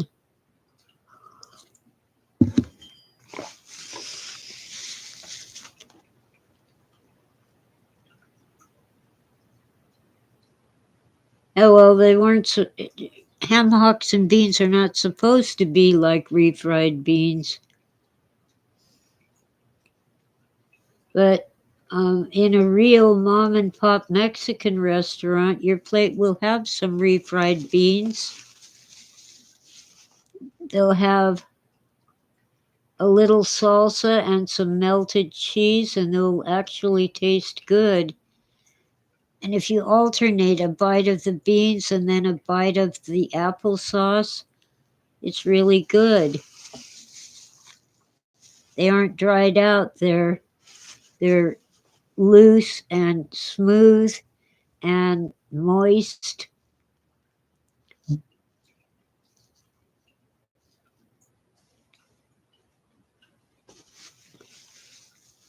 Oh, here Freeman goes with more links. I'm just going to look up Shahspot. What the heck?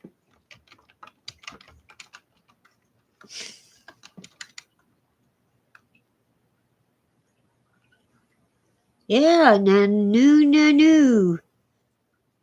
Shahspot, sung by the Baron something. Whatever. Come on, you evil machine.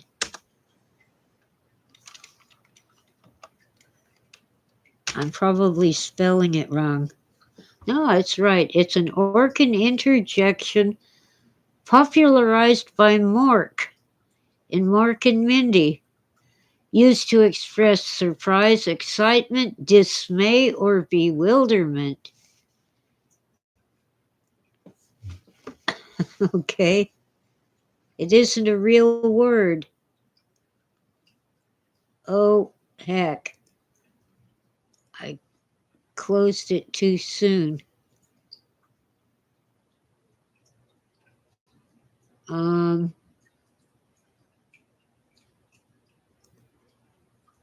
Oh,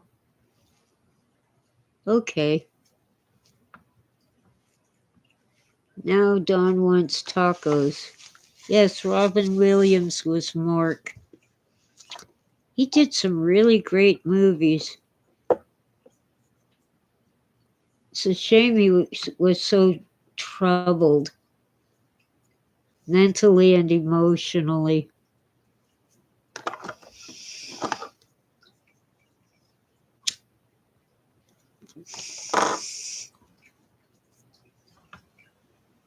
Why are so many talented people so messed up? Either they're assholes who live to be 100, or they're troubled souls who die young.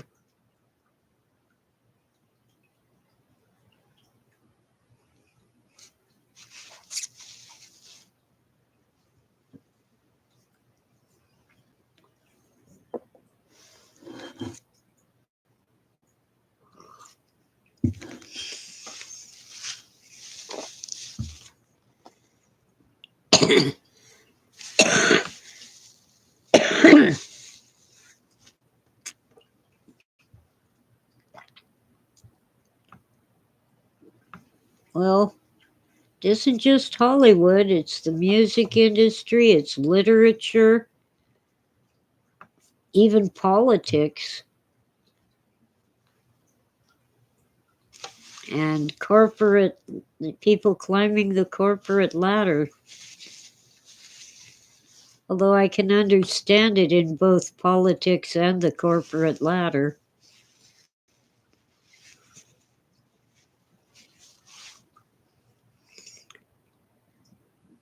Yeah, I recognize the quote at Sequentia, but I don't remember who said it.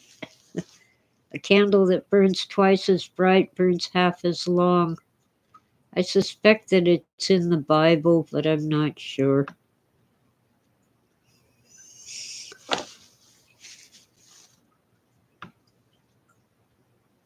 Oh, Good Will Hunting. That was so awesome. And it was loosely based on a true story.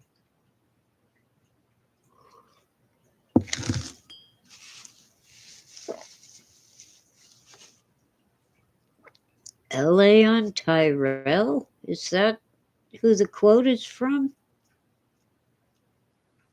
Never heard of Elaine Tyrell. Sending me back to Google again. Oh, Blade Runner. Oh, he's the guy who made the replicants. I didn't know. Oh, Eldon. Okay. I didn't know his first name. I just knew Tyrell Corporation.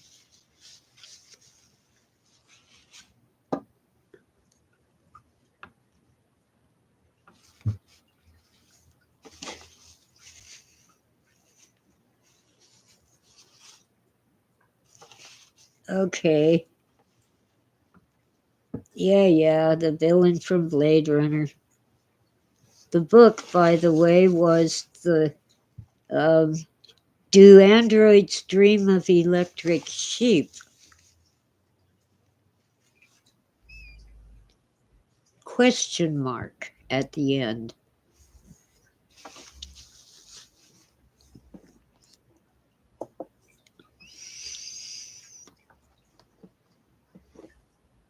You know, from counting sheep to go to sleep.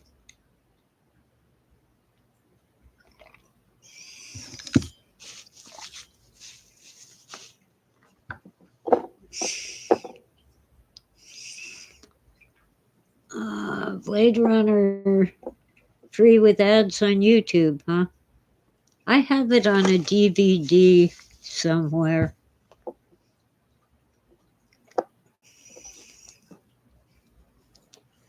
I'd like to have a long, serious talk with the studio executives who insisted on that corny ending where they're driving down the road. And I think there's a unicorn involved. I think Smokey Sue finally wants back in. Let me see. Cats. Ugh. Yep. Hi, Smokey. I'm coming. Come on in. Good girl. Ugh. Well, that's one good thing about staying up way past my bedtime. I was up to, I didn't have to get out of bed to let the cat in, or I didn't sleep through it and leave her outside all night.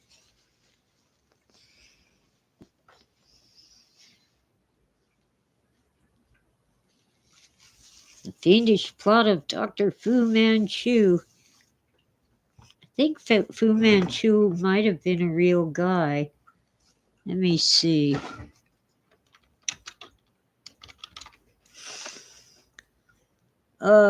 Comic book character. And a stoner rock band. Oh, a fictional Chinese criminal mastermind. Okay.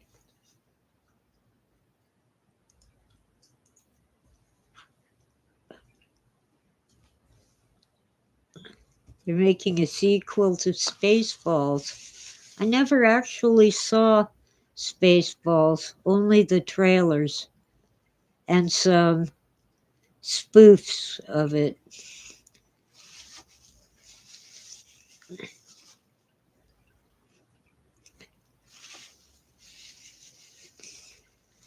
Yeah, I've been on nearly 2 hours and I really am going to have to get some sleep.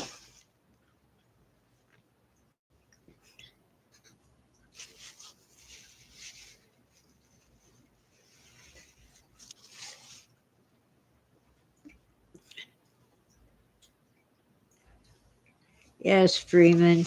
Fu Manchu is fictional. I'll bet he was based on somebody real.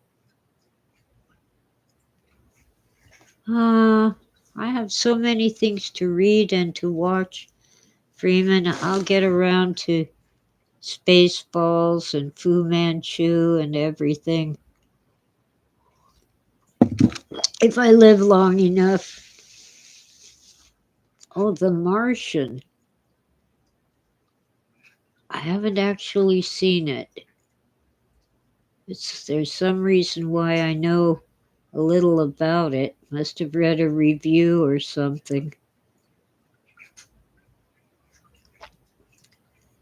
It makes me think of the ending of the Ray Bradbury thing, Martian Chronicles, I think it was called. And Rock. I think it was Rock Hudson.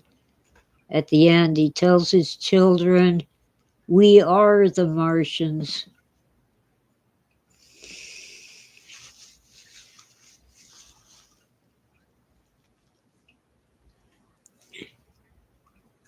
Okay, Freeman, I'm too tired to think.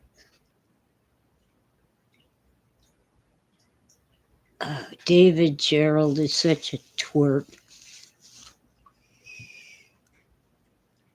I kicked him in the shins once. I didn't know who he was. He was selling tribbles at a convention. Phil bought one for me. I named it Pansy. Anyway, he came up behind me and grabbed me, and I kicked him in the shin. backward. Even if I'd known who he was, I would have done it. I was there with Phil, and here he is trying to start horseplay or something with me. No. And Phil used to tell the story that I gave him a karate kick. It wasn't a karate kick, it was just a reflex.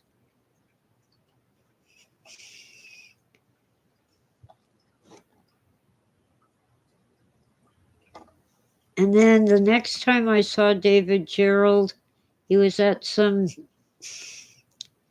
meeting with authors. It was a conference, might have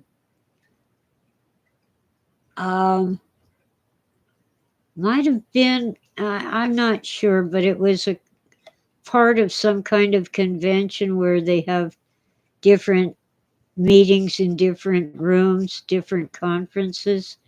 And he was complaining about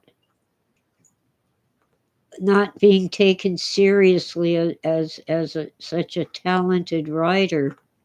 And yeah, The Trouble with Tribbles was a great story, but a lot of his work is really subpar. Oh, he was complaining that his publisher kept editing his work without his permission or knowledge. And he didn't find out till it was in the published book. Well, I'm sure they improved it.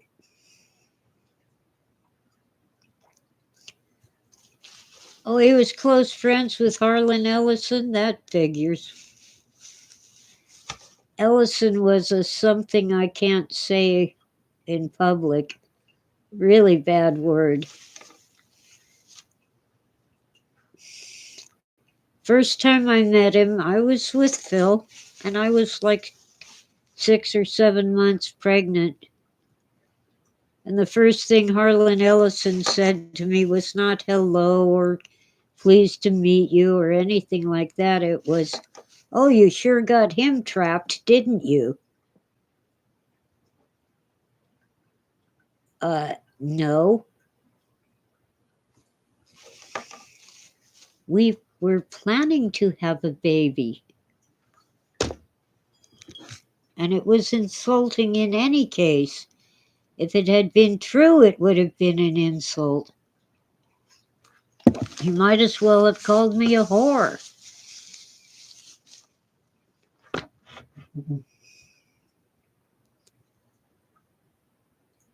And then there was the celebration, I guess you could call it, of the first, what award was it?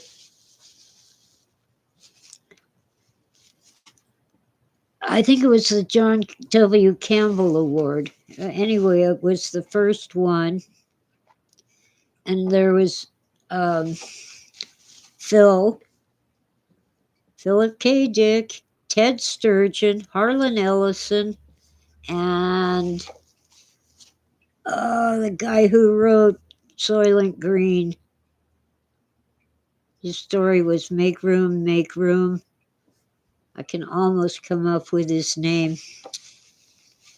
Well, Harlan Ellison was the first one to speak on this panel, and half the audience was turning green or white from all the cuss words he was spouting, and one lady left,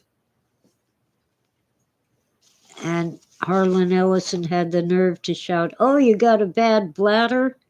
And she just shouted right back at him, "I'm not listening to this." I forget her exact words. Well, our baby, who was a few months old at the time, started fussing, and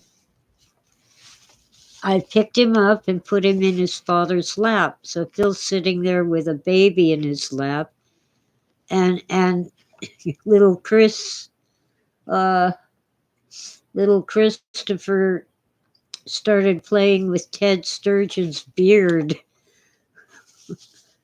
while Harlan Ellison is just cussing a blue streak about nothing, being a total jerk. It was supposed to be about science fiction and John W. Campbell's contributions to the field. Yeah, we're winding down for sure. Well, hi, Beacon, aka Jimmy. Good to see you. I gotta go because it's been 2 hours and it's after 11 at night. I don't stay up past 10, but tonight's an exception. So, anyway, I never liked Harlan Ellison. Oh, and he, a few years later, he announced that he's bipolar and he's on medication now. And as I watched from a distance, I got to say to myself, yeah, you're on medication, but you're still an asshole.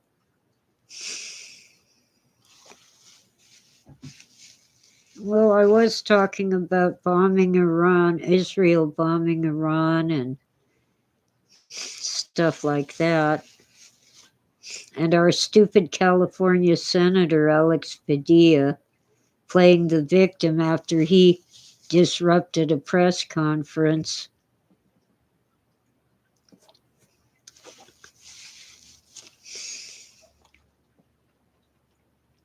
And what was the other thing? I can't remember. There was a third thing. I guess it was the judge telling Trump he can't call the National Guard without the governor's permission, which is not true. President Eisenhower called in the National Guard when the governor of Alabama was standing in front of the school in Montgomery to stop integration of the schools. I guarantee you he didn't have the governor's permission. I can't remember the guy's name, the governor. He's the one who got shot and was in a wheelchair. That would be in the 60s when it seems like there were all kinds of crazy lone gunmen on the loose. So anyway, yes, he can call in the National Guard to protect federal buildings and federal officers. But some stupid judge issued a restraining order, which will be appealed.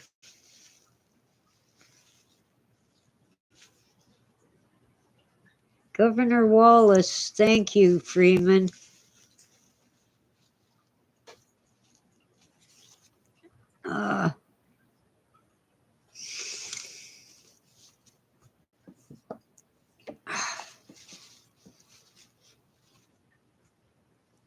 By the way, we'll never get all the JFK files. There's still a few classified. We'll never get all the Epstein files. Most of them have been destroyed by people, probably by people named in them.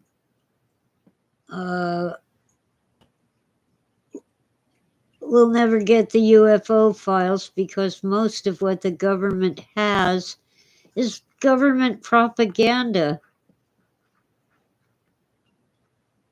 People with common sense have been saying for years, decades, that most of the so-called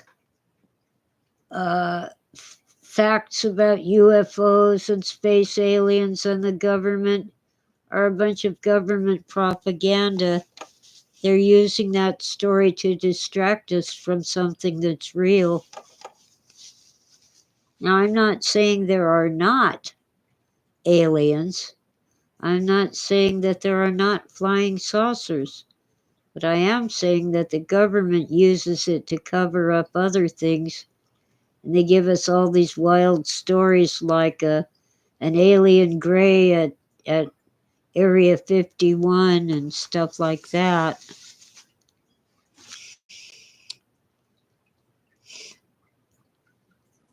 And, oh, I forgot his name again. The guy who claimed he worked at Area 51 and they had flying saucers in the hangars. He always struck me as sincere. Yeah, Bob Lazar. Thank you, Etsy Quintia. He always struck me as sincere but misguided, deliberately misled, led down the garden path. They showed him what he wanted to see, and they wanted him to leak it.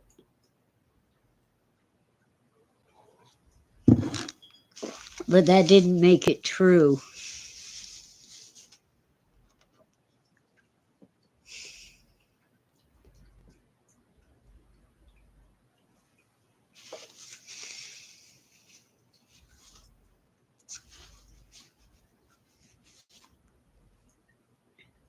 Oh, yeah.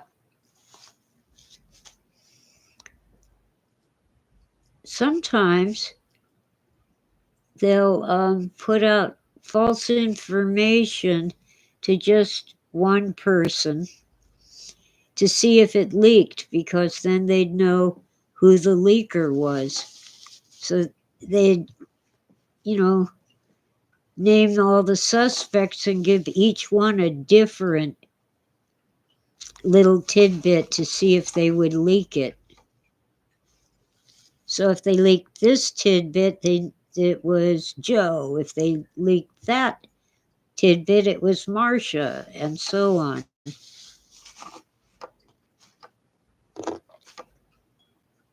That's how people get caught.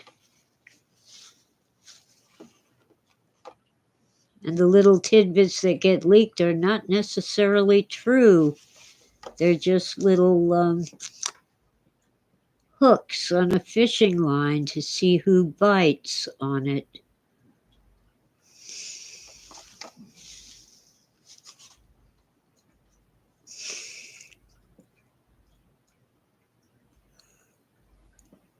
Oh.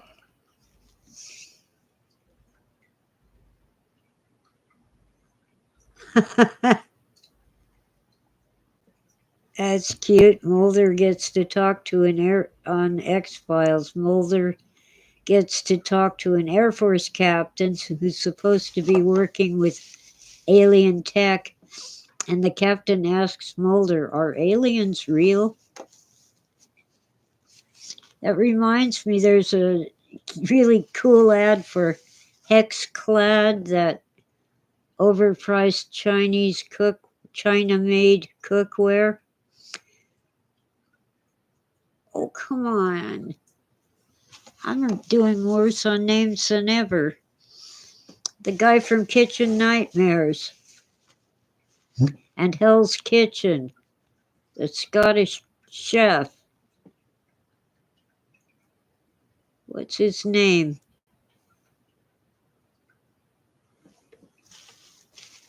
Okay, I'll look it up.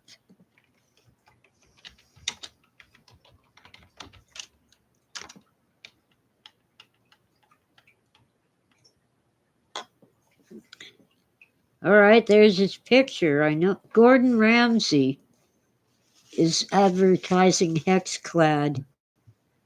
And in this really cool ad,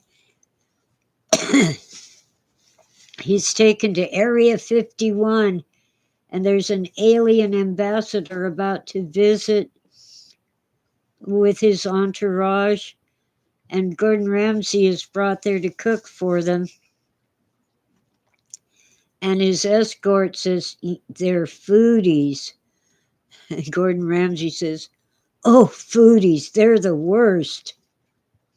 And he's told that Hexclad was originally made from pieces of crashed flying saucers.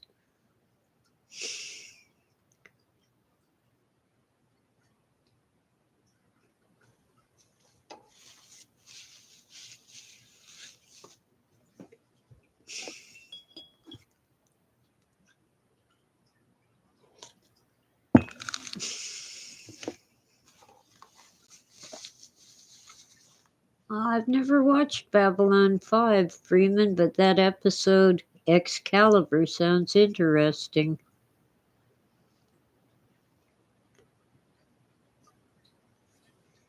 Yeah, it's Sequentia. The X-Files was awesome. But I think I just might, since I live in the mountains anyway, and there is an owl living in one of my trees, I think I'm going to get myself a pet log. Twin Peaks was so awesome before the stupid movie.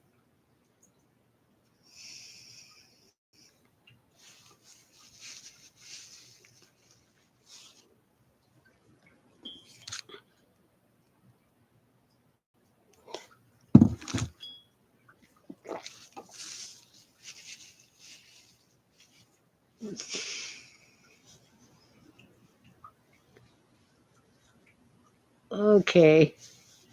2 hours and 17 minutes. Oh, fire walk with me. That phrase kept coming up in Twin Peaks.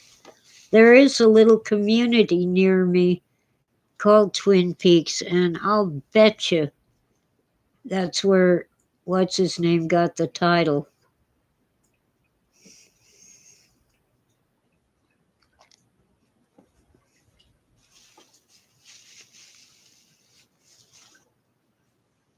Okay. Penn and Teller's invisible thread. They saved the world by showing the aliens the invisible thread. Okay. I really gotta go. But it's been good chatting with all of you. This morning I didn't have many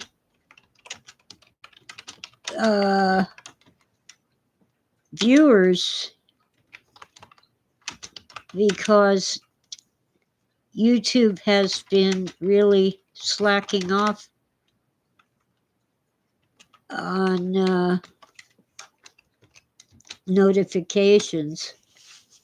I had Ren and oh heck, one other person. It's late at night.